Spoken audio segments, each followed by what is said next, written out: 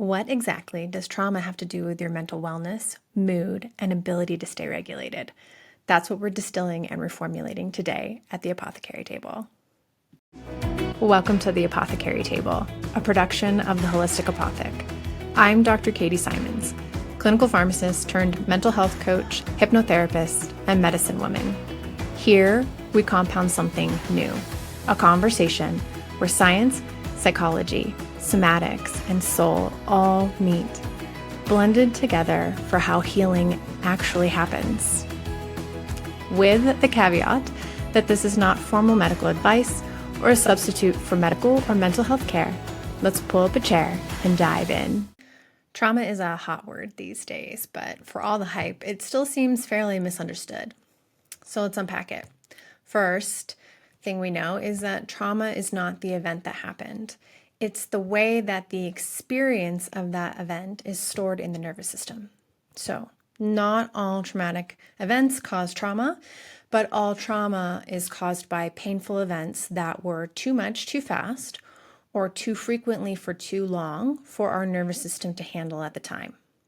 And yes, trauma can be a single overwhelming event that happens to you or that you witness happen to another.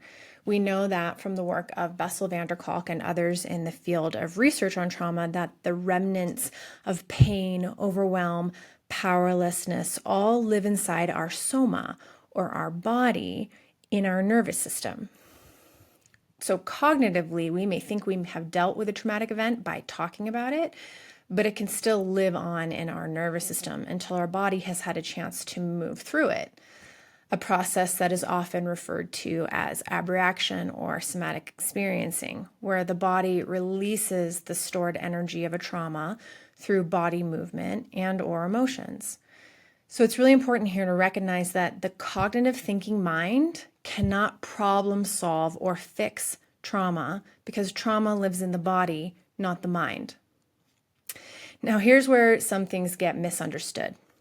We now know that trauma is not only linked to a single overwhelming event, but also to events that were painful and overwhelming that happened too frequently for too long, often during developmental years.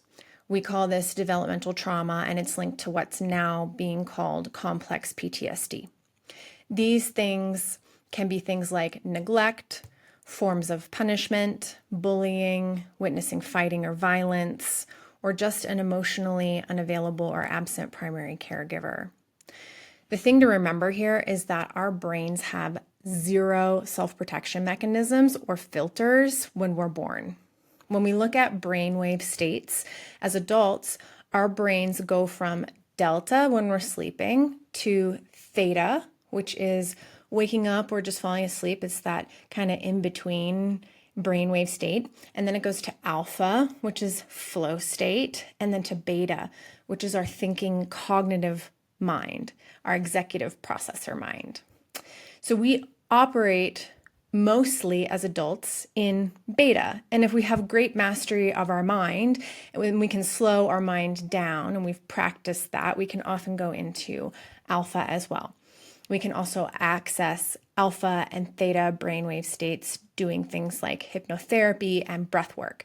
These are states that our thinking mind is quiet and out of the way and witnessing, and that can be very highly suggestible when our brains are in these non-beta brainwave states. Well, when we're an infant, our primary brainwave state is theta. The primary brainwave state doesn't progress to alpha until we're between the ages of 7 and 11 years old. And we don't get to beta, where our cognitive mind can start to filter and process our experience and information, until we're around the age of 12. And then to add to all of that, our prefrontal cortex, this executive functioning part of our brain, isn't done developing until we're well into our early to mid-20s. So when we look at our brain progression as far as development, we don't have the cognitive protection mechanisms in place fully until at least the age of 12 to maybe 20. All that to say, experiences that feel painful, either emotionally painful or physically painful, do not need to be loud in order to be processed in an infant or a child's body as trauma and to be held in the body as trauma. Now, we couple all of this information with the research of Stan Grof, whose work has looked at human consciousness through researching the effects of LSD and holotropic breathwork, and we find that even the birthing process results in trauma, even when it goes smoothly and well. And when we stop to think about it, this really makes sense. It's actually a life or death situation that we all have to go through in order to come into this existence. And Stan Grof has found in his research that this trauma is universal to all humans and often comes up as material to be processed in psychedelic therapy and deep cathartic breathwork practices. So here's the bottom line. Trauma is a universal part of the human experience. You don't need to wonder if your body is carrying trauma. It doesn't need to be a dirty word. We can just accept that it's part of the human condition. And when we accept that, then we open the door to getting curious about how it may be affecting you in your personal experience. And that's really the key, right? How do I know my body is carrying trauma? And how is that impacting my experience in life? So join me in part 2 of this particular video, and we'll do some further distilling and reformulating on this topic.